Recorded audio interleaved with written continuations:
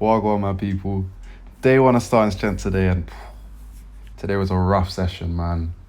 I was feeling it. I had a headache.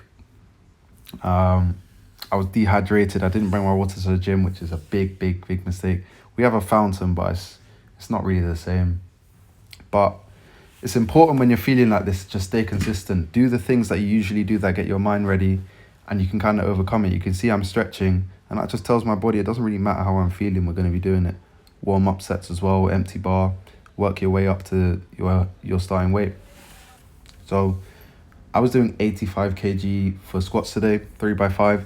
It's not too heavy for me, but because of the way I was feeling, it felt heavier than it should have been. If you don't know anything about starting strength, the weight is going to be increasing every single session. Next session, I'm going to be doing 90 kg, then 95, then 100, then 105. It's probably going to keep going up in 5 kg increments for 6 sessions, and then I'm going to half it, so 2.5 kg increases in weight. The same thing's going to go for bench press. I'm going to be increasing the weight every workout, but just with a smaller amount. So 2.5 kg to start with, and then when that gets too difficult, 1.25 kg. That's going to take me buying my own plates that I'm going to be taking to the gym myself.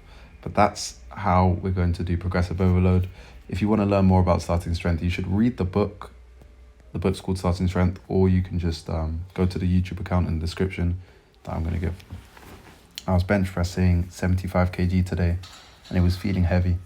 I know my 1 rep max was 95, so you'd imagine that 75 shouldn't feel this bad, but it was rough, man. And I think you're going to see when I come off, I was not happy. I was shaking my head, and I kind of tweaked my shoulder on the last rep, which is, I didn't realize it at the time, but when I started deadlifting, my shoulder was kind of playing with me. It was hurting. It was really frustrating. I think you're going to see now.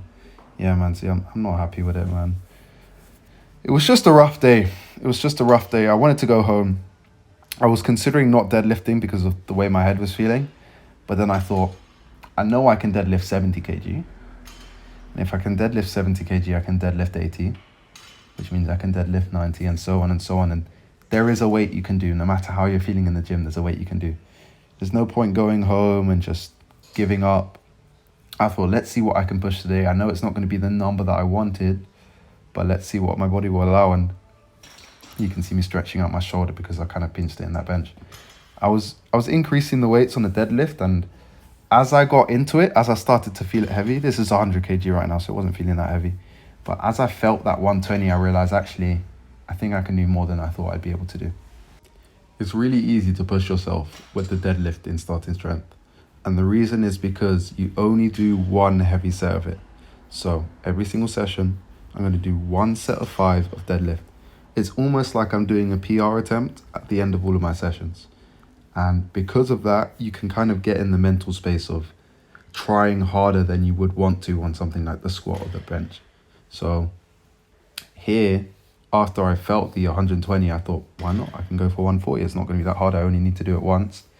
And I grinded through the sets. It was heavy. And again, I didn't have chalk, which I will 100% sort out for the next session. But I got through it. I surprised myself. I genuinely wanted to go home half an hour before this set. I was considering not deadlifting. And all of a sudden, I'm now doing a set of 5 of 140, which isn't that bad. You know, I mean, my PR for 5 is 152.5. I'll get there soonish. I'll probably increase this by 5 kg for my next session. I've been eating well, 3,500 calories minimum. My recovery should be decent. I've been sleeping well, so I don't see why I wouldn't be able to increase it by 5 kg to a number I've already done in the past. You can kind of see here, I was feeling it, man. When I was celebrating that win when I finished the deadlift, and I just sat down and I was feeling it. Let's talk calories, man. I've been going hard with meal prep. What I do with my meal prep is I make sure that I can get at least 8 meals per thing that I'm cooking. So meal prep does take a long time. I'm not going to sugarcoat it. It does take a while. You need to schedule time out of your day to make it happen. So you might as well make it in bulk and make sure that you're getting a lot out of it. So what I'll do is I'll make a big meal that gets me eight meals, and then I'll do that again the next day, and then I'll have like a surplus of stuff to eat, and then I can take a break for 2 days from meal prep, and then I'll go back at it.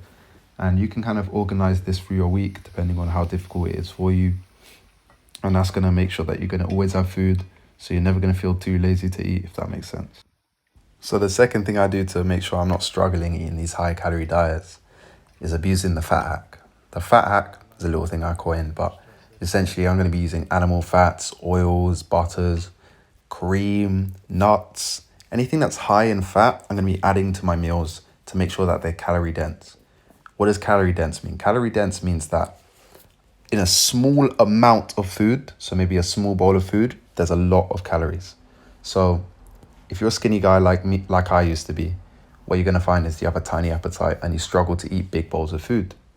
My way of going around it was by using the fat hack. So if I make mashed potatoes, for example, I'm going to put a ton of butter in it. I'm going to put a ton of milk in it. And in that way, I don't need to eat loads of mashed potatoes because the calories are super dense. I hope that makes sense. But I do that with pretty much every meal I make. In this Kung Pao chicken that you see me making here, I used a lot of peanuts, which added the calories. The calories shot up when I added the peanuts. And you can see me here doing the calculations of how many meals I have and adding it all to MyFitnessPal.